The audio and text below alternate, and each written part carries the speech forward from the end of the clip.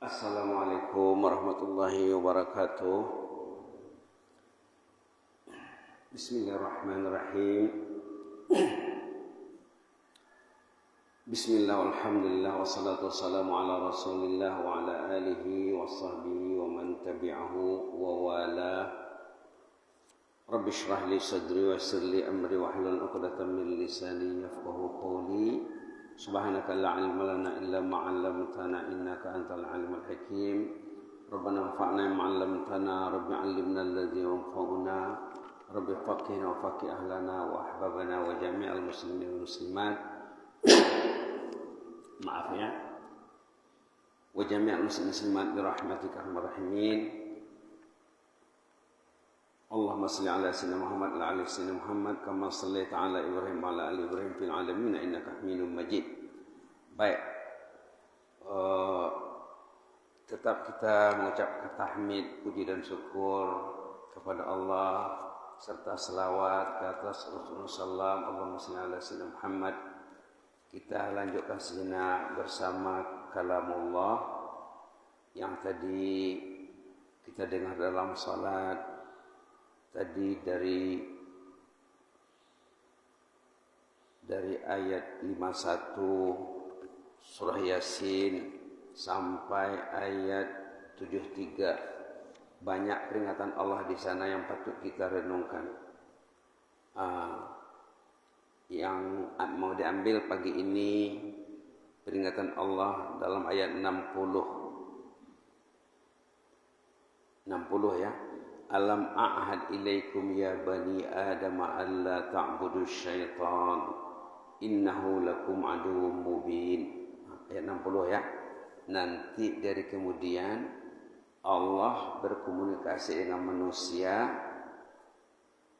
yang akan masuk neraka atau sudah dalam neraka ini.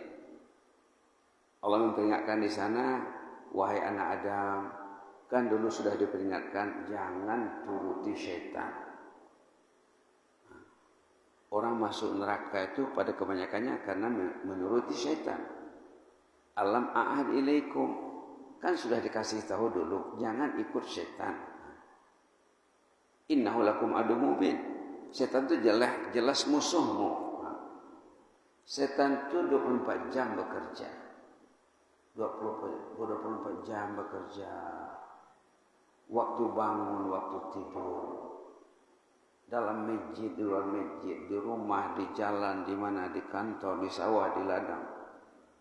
Bahkan dalam hadis dibilang setan itu menjelajah pada manusia mengikut pembuluh darah. Dia menjelajah mempengaruhi manusia majrad dam, melalui pembuluh darah. Selagi orang terhidup, setan akan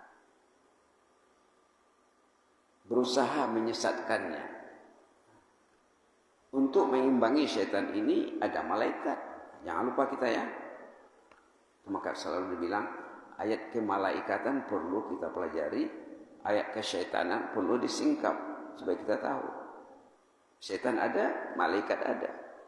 Orang yang dijaga Allah dekatkan dengan malaikat. Kekuatan syaitan tadi dilumpuhkan. Bila Allah mendekatkan orang itu kepada malaikat, Allah bersamanya. Allah bersamanya. Banyak ayat dalam Quran tentang kebersamaan Allah. Jadi tinggal kita memilih. Kita mau bersama malaikat. Kalau kita bersama malaikat, Allah bersama kita. Kalau Allah bersama kita, hati kita dijaganya. Nafsu kita diawasinya, iman kita ditingkatkannya, ilmu kita ditambahnya, kita didekatkannya kepada orang yang saleh. Orang yang saleh dia tidak mau dekat dengan orang yang bukan saleh. Dia pilih kawan, dia pilih. Orang dulu kalau mau masuk masjid doanya Allahumma yassir li jalisan salihah. Kalau mau masuk masjid, Allahumma yassir li jalisan salihan. Ya Allah, saya ingin ketemu dengan orang saleh, ya Allah. Mudahkanlah bagiku mendekati orang saleh. Kalau orang itu bersama setan, tidak perlu memilih kawan. Tidak perlu memilih kawan. Apalagi kalau berinteraksi dengan media, tidak perlu dipilihnya. Mungkin semuanya dia lihat. Kalau orang bersama malaikat, kalau dia memegang media, dibatasinya, dikawalnya, dikontrolnya, dijaganya. Di sini Allah mengatakan, alam a'had ilaikum ya bani Adam. Kan sudah dikasih tahu dulu wahai anak Adam, Allah ta'budu syaitan, jangan menyembah syaitan, jangan tunduk kepada syaitan. Malam hari apa kerja syaitan? Kalau boleh orang tuh tidurnya lambat, bangunnya lambat. Nah, kalau boleh jangan ke masjid. Kalau boleh jangan tahajud. Kalau boleh jangan baca Quran. Agenda orang beriman di malam hari mesti tahajud. Kalau dia tak tahajud dah dapat sama iblis. Pernah terjadi zaman Nabi tapi jarang kasusnya berlaku. Ada orang dia tahajud di malam, tak ke masjid sembahyang berjamaah. Sampai pagi masih tidur. Terdengar oleh Nabi rungutan jemaah, keluhan jemaah yang tak tahajud, yang tak ke masjid. Apa kata Nabi? Zakar rajulu bala asyaitanu fi uzunih. Orang itu telah dikencingi setan telinganya, katanya. Na'udzubillah. Na'udzubillah. Na'udzubillah. Orang itu sudah dikencingi setan telinganya. Berapa ramai keluarga kita, sahabat kita, orang kita dikencingi setan telinganya. Termasuk kerja setan juga di malam hari dalam hadis sahih. Diikatnya orang tua. Ini kerja setan ya. Diikatnya leher sebelah atas ini. Dicekiknya dengan tali. Subhanallah. 3 ikatan. La ilaha illallah. Ini kerja dia. Dan dibacainya. Macam dijampinya. Jampi setan lah ya. Supaya orang itu jangan bangun.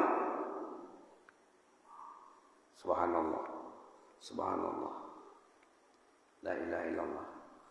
Kata Imam Nawawi dalam bukunya, nak membuka ikatan setan ini sebelum azan berkumandang. Jadi orang beriman itu ada agendanya. Sebelum azan dia sudah duduk di atas sejadah di rumahnya. Dia ada baca Quran, dia ada salat, dia sudah beristighfar. Baru selamat dari gangguan setan iblis. Kalau tidak, itulah. Dalam ayat lain dikatakan, wala tajidu aktsarahum syakirin. Mayoritas manusia dapat sama iblis. Banyak ayatnya itu ya. Kita lihat ayat 1 dalam surah Al-Hijr. Wala tajidu aktsarahum syakirin.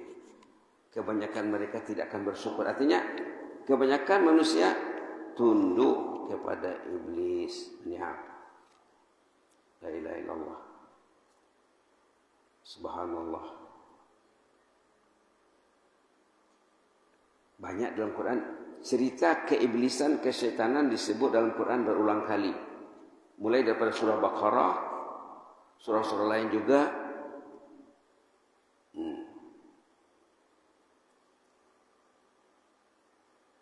Rabbi katanya. Fa'anzirni ila yaumi yub'atsun. Ya Allah, kasihlah saya peluang tempo untuk menyesatkan manusia sampai hari kiamat. Ini macam doa permintaan iblis. Iblis pun bilang Rabbi juga ya. Apa kata Allah? Ini halaman maaf ya, halaman 264 surah Al-Hijr. Rabbi fa'anzirni ila yaumi yub'atsun. Ya Allah, ya Rabbi, dia berdoa juga, kasih saya kesempatan menyesatkan anak Adam sampai hari kiamat. Allah dengan kemarahannya mengatakan, qala fa innaka minal munzarin. Okelah. Nah, kamu akan diberi kesempatan. Ila yaumil waqtil ma'lum, sampai ke hari yang ditentukan, hari kiamat ya. Rabbi berdoa lagi, bima aghwaytani la uzayyinana lahum fil ardi wa la ughwiyannahum ajmain. Karena saya sudah sesat, saya sudah terlaknat, terkutuk, saya akan menyesatkan mereka semuanya, ajmain. Artinya mayoritas besar dapat sama dia. Mayoritas besar dapat sama dia. Tapi dibilangnya illa ibadaka minhumul mukhlasin, kecuali hambamu yang engkau jaga, yang engkau selamatkan, yang ikhlas. Ikhlas sudah datang dari Allah, maka dikatakan mukhlasin.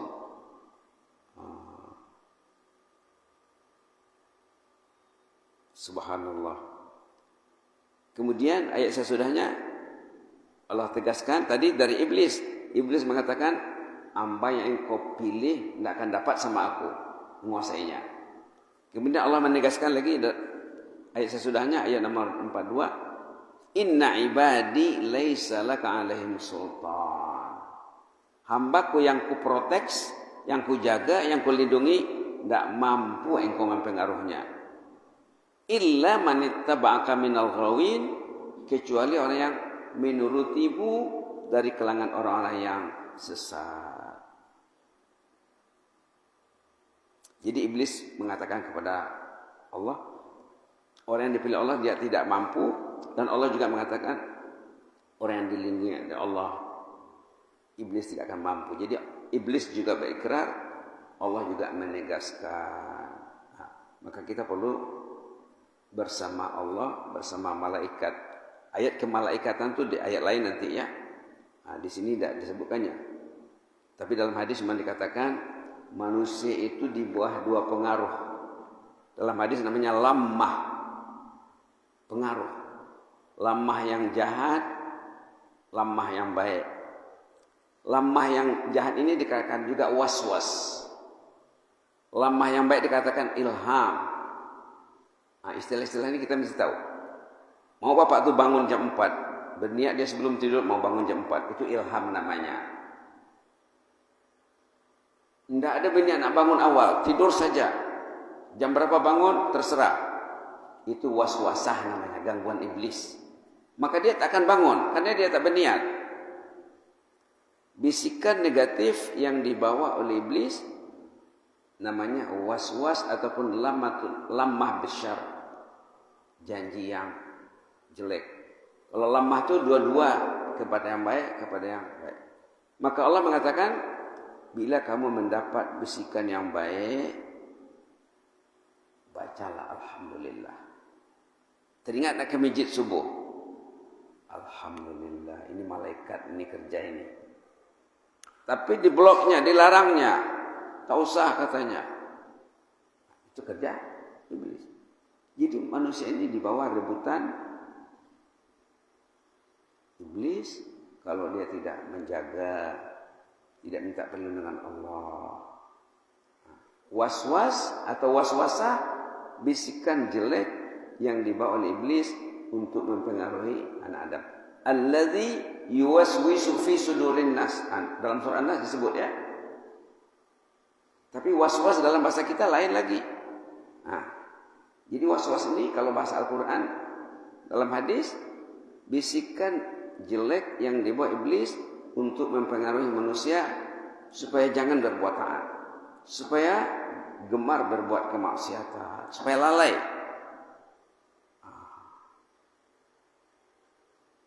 Subhanallah. Di samping malaikat, manusia dibekali dengan ilmu, dibekali dengan iman, dibekali dengan keyakinan, dibekali dengan qalbun salim, dibekali dengan nafsu al-mutmainnah. Ini panjang ceritanya ini. Yang jelasnya dalam satu catatan ulama ada 10 fasilitas yang diberikan Allah kepada orang beriman untuk mengimbangi kekuatan iblis. Mungkin besok kita akan bincang ya.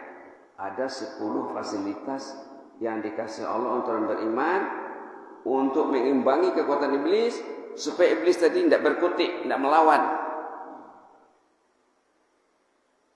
Tapi kalau orang tersilap dapat juga sama dia. Penting ya.